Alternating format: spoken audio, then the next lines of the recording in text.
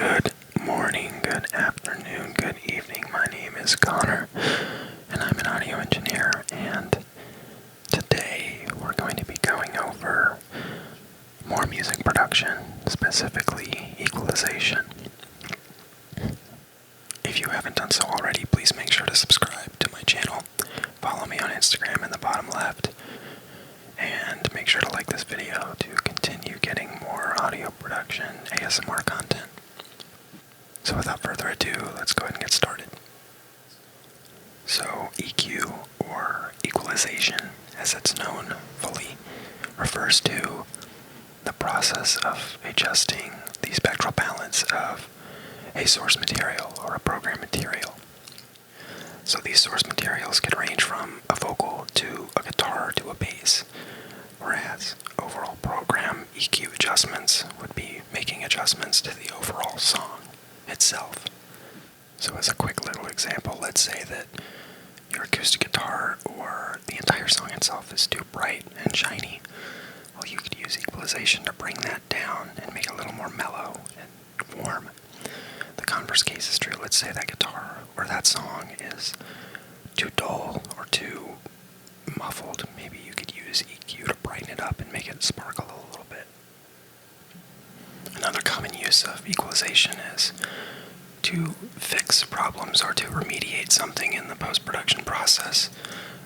One of the most common uses of corrective EQ is using a bell filter or a peak filter and targeting specific resonances in an audio spectrum of either an instrument or the entire mix. So depending on what stage you're at in the production process, let's say you're still in mixing, let's say you find some resonances that need to be eliminated on individual channels or instruments, and let's say you get to the mastering process and then the mastering engineer finds even more resonances on the entire program material itself. Well, that's a case where that corrective EQ could be used at both steps of the process.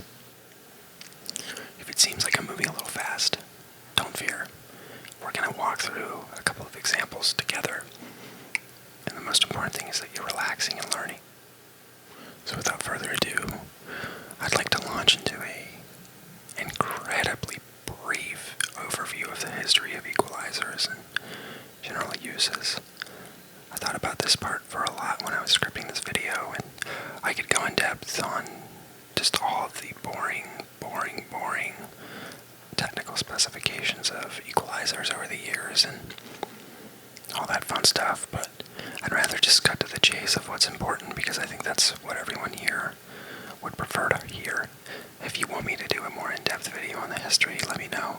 I'd be happy to look into it. So here we go. So, in the modern day and age in which we live, there are many types of equalizers. But for the purposes of this video, I'm only going to hit the two main types that are the most used. And one of those types is the shelving equalizer. So shelving equalizers are some of the earliest forms of equalizers. They're characterized by having gentle slopes, so they're naturally more natural and musical sounding. You can only control the frequency and boost or cut at that frequency. They have overlapping frequency bands between the different bands, and they can be thought of as more of tone-shaping devices, as opposed to targeting specific frequencies, although some units, like the Pultec, have a shelving in the low band, and then a peak bell type EQ in the high band. So as you can see on the figure on the right, boxed in red are the frequency responses of the various frequency settings for the low band of the Pultec. And you'll notice that they're quite gentle. They're not extreme curves, they're really smooth. And what that translates to is nice, even, gentle tone shaping for your source or for your program. Now the second main type of EQ that you're most commonly going to use is called a parametric EQ. Now, parametric EQs are usually used as more of a surgical tool for targeting particular problem frequencies or accentuating frequencies that are pleasurable.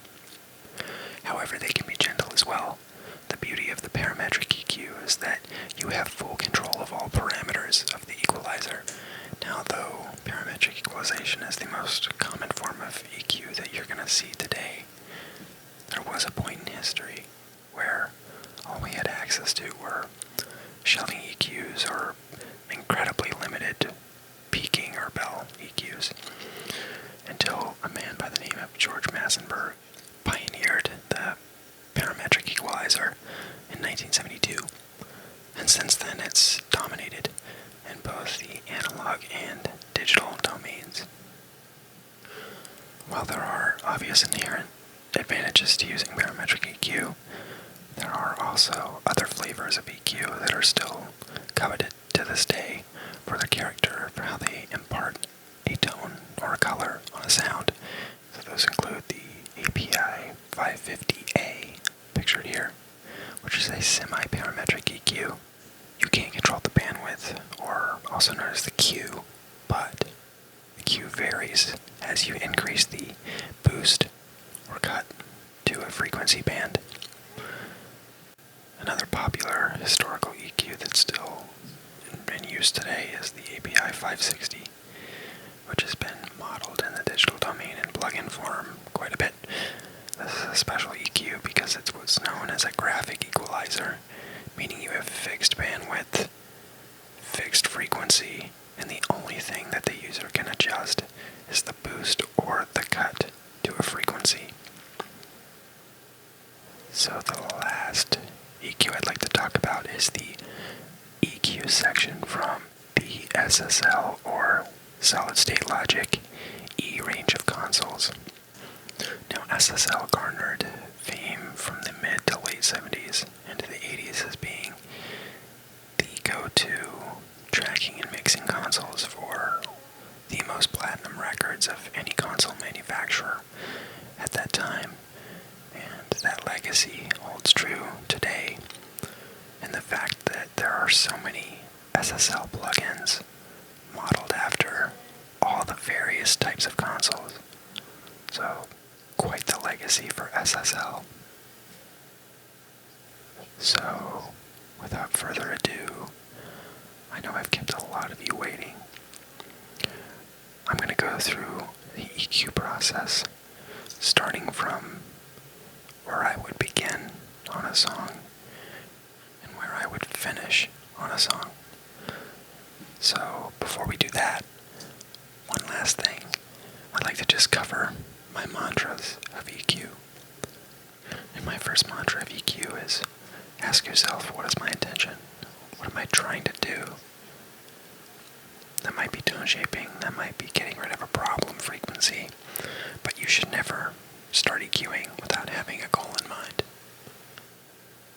My second mantra of EQ is, what do I hear in my head? You should be thinking to yourself, as an engineer, what am I currently hearing, and what would I like to hear?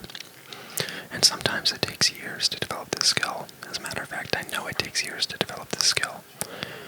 But the more you can aim for what you're hearing or want to hear in your head, the better off your program material will be in the end. Number 3, what am I trying to solve? So in those specific instances where corrective EQ is needed, perhaps with a parametric EQ, think to yourself before you begin, what am I trying to solve? Is this something that even needs solving? Oftentimes, you don't even need to touch things with EQ, so make sure to ask yourself the question, what am I trying to solve? If you're not trying to solve something, let's say that you're trying to enhance something. Same thing here, so what am I trying to enhance? Is this kick drum punchy enough? Is the kick making it through onto iPhone speakers? Is the bass competing with the kick drum? Do I need to carve out space? Does the lead vocal need to be brighter? And last but not least, where am I applying these changes? As in, am I applying them to an entire group of instruments? Am I only doing it to one single instrument? Am I doing it to one element? This becomes important when you have multi-mic setups, which might be a later video. But for all intents and purposes, make sure that you understand where exactly in the signal chain you're applying these EQ changes, because that becomes incredibly important. So now that we've got our mantras listed out and explained, I think we're ready to go into an example.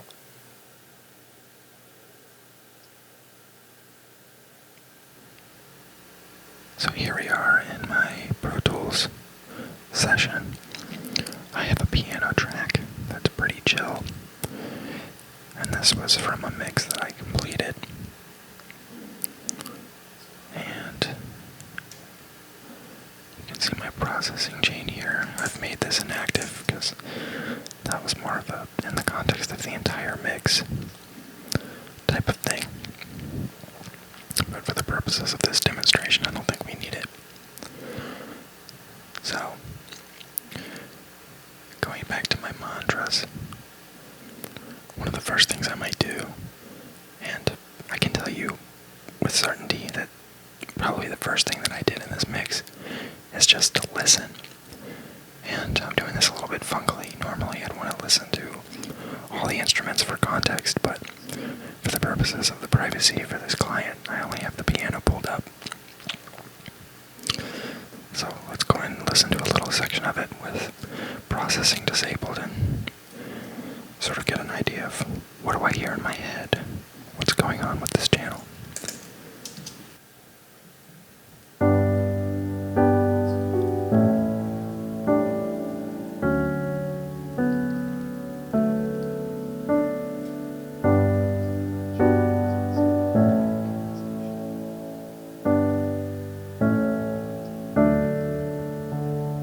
So right away, in my head I'm thinking, this piano already sounds really good.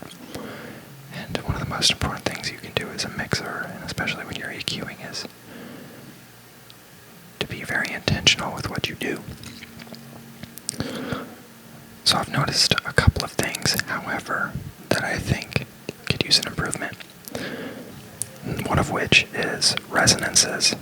So let's go ahead and take a look at the spectrum in a new instance of ProQ just to see what's going on. And I'm just going to solo a band here and see if I can hear those resonances.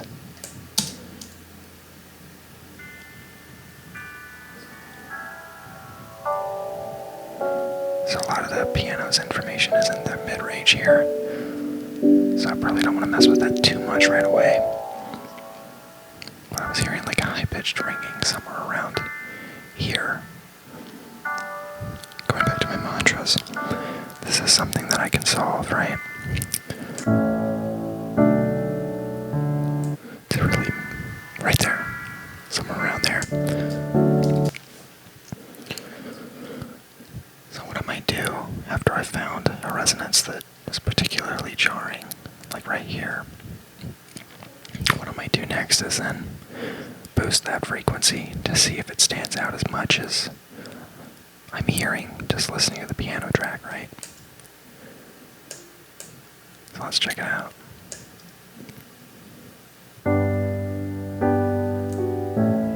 So not quite.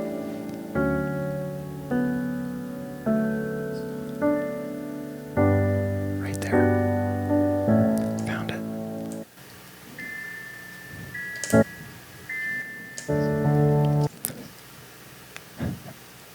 That's my method for finding resonances. Some people have different methods, but this is my method.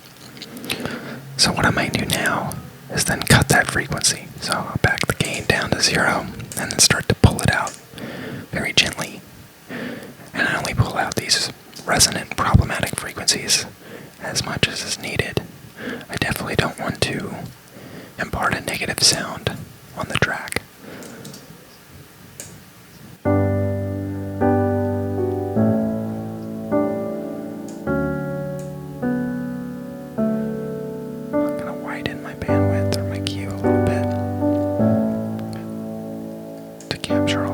Ringing frequencies. Let's go and do it before and after.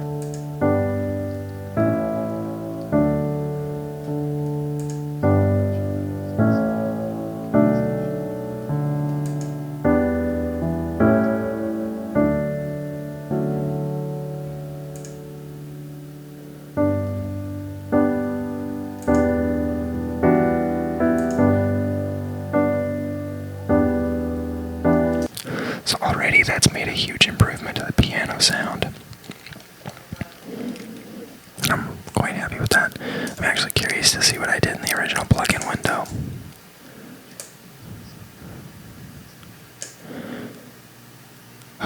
that's just about the same spot, a little more of an aggressive filter. But the idea is the same, right? So great, one resonance down. What I might do next is then apply a low cut, because there's a lot of information down here in the sub-frequency area that we don't need. So I'll go ahead and just pop a high-pass filter, and I like to do, 30 dB per octave. That's basically the slope of the low cut, right? So what I'll start by doing is just listening to that band only and bringing that filter in until it starts to actually interfere with the sound of the piano, right? So here we go. Can't hear anything right now. Can't hear anything. Okay, I'm starting to pick up some low end.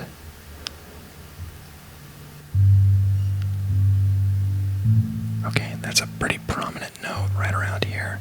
So maybe I don't want to mess with that. So now I know that my crossover should be, at least above 50. But I'm going to want to listen to the entire program to see how much of a low cut, also known as a high pass, I should apply.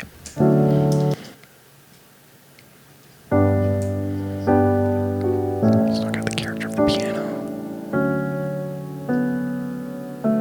And I'm starting to lose it, especially that low note on the left hand. So I'm just going to back this off a little bit. I'll do before and after.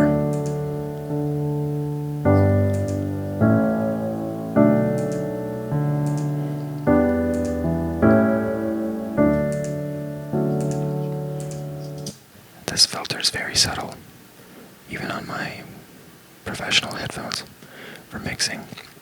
And that's great because we don't want to interfere with the sound too much. I also want to take this time to emphasize that normally when I'm making these kinds of EQ decisions, I would be doing this within the context of an entire mix, instead of it being soloed like it is right now. So keep that in mind when you're working on your own mixes in EQ. Now just to make sure that I've gotten rid of all my resonances, I'm going to do, maybe 1 to 2 more sweeps, like I did with my peaking here, just to make sure that there's no other resonances. So I'm going to do another sweep the same way.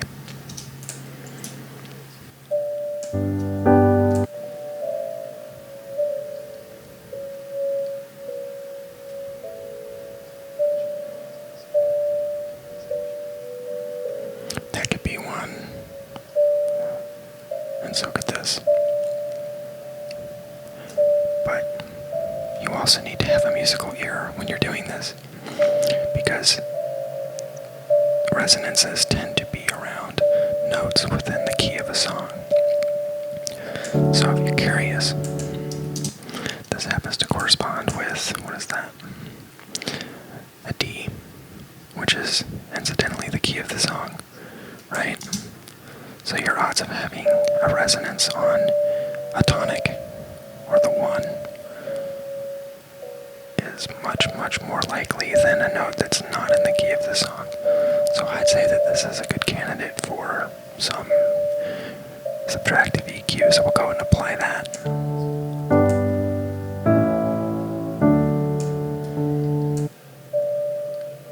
Yep, I'm happy with that decision.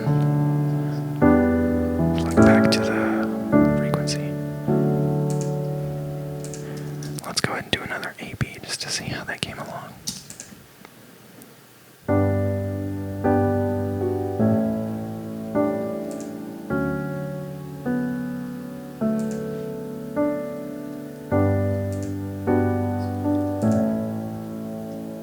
Okay, so I might have gone overboard a little bit, but that's alright.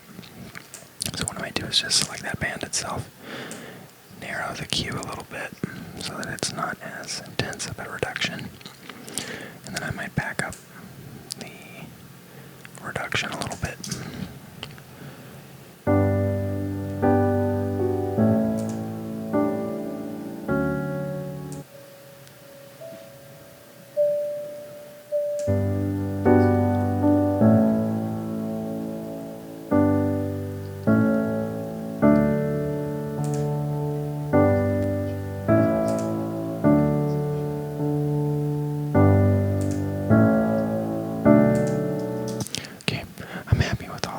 changes so far.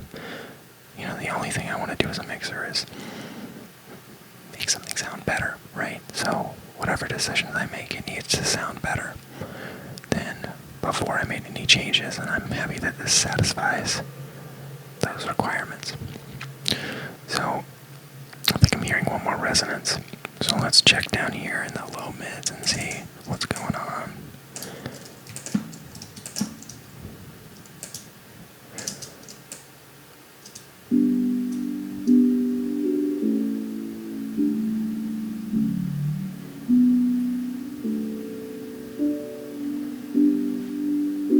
There it is.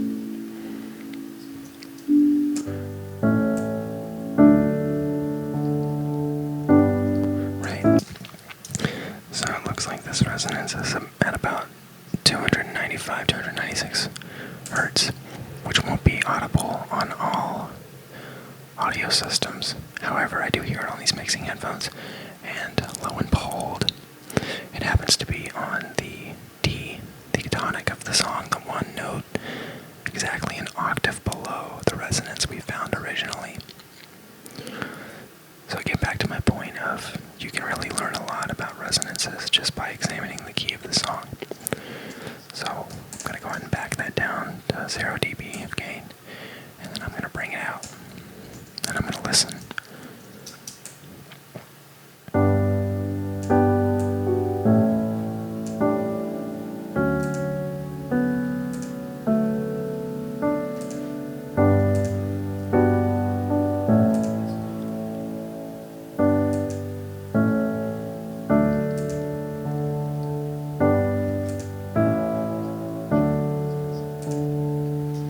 Maybe use a little bit more reduction on this upper frequency here.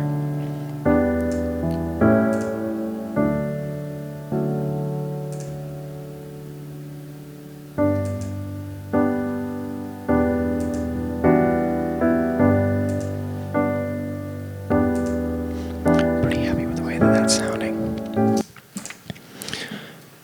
And that's basically how I'd go about EQing out resonances or problem frequencies. And this is normally the first step I take with each and every channel. Let's go ahead and just, for fun, compare what I did originally. So it looks like I keyed in to about the same frequencies-ish. Originally, looks like I applied some dynamic EQ here. That's a more advanced topic, perhaps for a later video, but overall, the process is, the same from session to session. You're looking for those annoying resonant frequencies that happen to coincide with root notes or notes within the key of the song, right? In this particular case, the D note, the tonic, happened to be the problem frequency. So that is that. So now that I've gone ahead and eliminated my resonances that were problematic or having an annoying effect, from my mantras I've addressed, one, what I've been hearing in my head that's a problem. What am I trying to solve?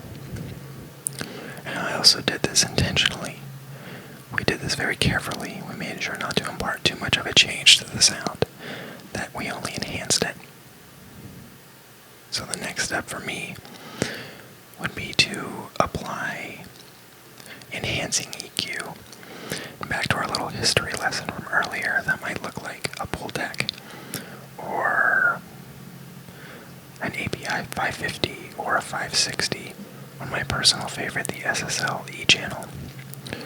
So I'm not going to go ahead and reinvent the wheel with what I did in this particular case, but the one thing I want to say about enhancement EQ, or as I've called it earlier in this video, tone shaping is entirely up to you. It's entirely up to the context of the song. It's entirely up to serving the song in whatever way the particular song needs. So I'm not going to redo this, but I will show you what I did before and after. That way you can get sort of an idea of what's going on. So in terms of signal flow, I always have corrective or subtractive EQ first, and then following that would be my enhancing or my tone shaping, right? I want a tone shape after I fix or subtract or clean up or solve. So I just copied this over to here just so that it's after this instance of ProQ. We're going to forget about these two for now. And then we're going to AB before and after EQ. So go and take a listen.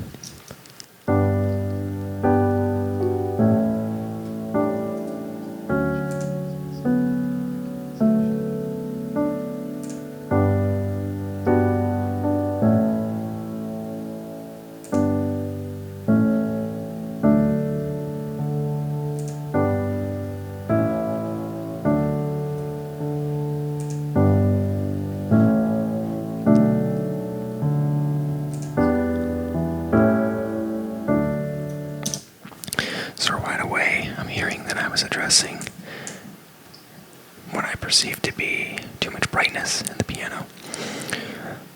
So, looks like what I did is I applied a low-pass filter with the crossover at 5 kilohertz.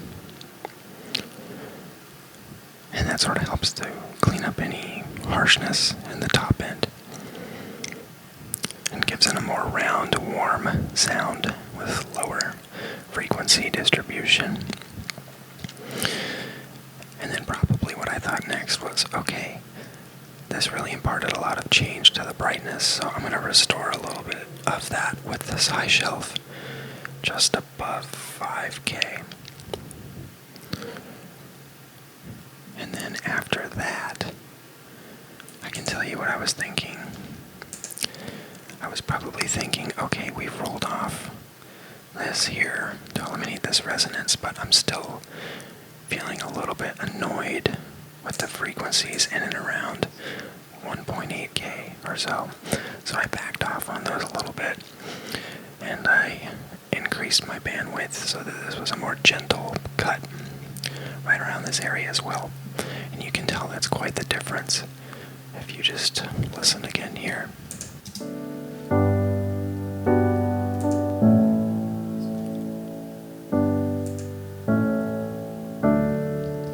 You can still, even with this EQ, you can still hear a little bit of annoying resonance ringing in this band. So that's definitely why I did this in the high mids. I was also noticing that the piano was sounding a little bit thin. Either due in part to my low cut here or just, a characteristic of the track. So I'm boosting a little bit of the low mids by 3 decibels at around 250 hertz with a pretty narrow bandwidth, just to make sure that I'm only affecting that particular area of frequencies. And it looks like I barely touched this. Maybe just rolling off with a high shelf just slightly to compensate for this boost. But overall, not too many changes. Again, tone shaping, equalization is really up to you. It's about how you best serve the song. I remember in this particular song, there isn't a bass instrument playing for this first section here, which lends itself to allowing more low-frequency information in the piano. In other tracks where they're more bass-heavy, or maybe there's an 808 or something, I wouldn't be able to have this same EQ curve or tone shaping. And the reason that I'm hesitant to give instructions like, oh, this is how you EQ a piano or a vocal, is because it's all situation specific. There's no two situations alike. And as a mixer, it's your responsibility to have the knowledge and the flexibility to be able to make these decisions on the fly, and not just to apply the same EQ no matter what, because everything sounds different, everything's been recorded different, every arrangement's different. You have to serve the song. So I think with that, we'll conclude this video, and if you have any further questions about EQ or you just want to chat, hit me up in the comment section, DM me on Instagram. I'd love to hear from you all and see what you'd like to see from the channel. If you like this video, give it a thumbs up. Like I said, leave a comment. Make sure to subscribe, as I'll be putting out more and more audio-related content in the near future. Make sure that your subscription notification bell is enabled by clicking the bell next to the subscribe button when and if you do subscribe, and I hope you all have a lovely week.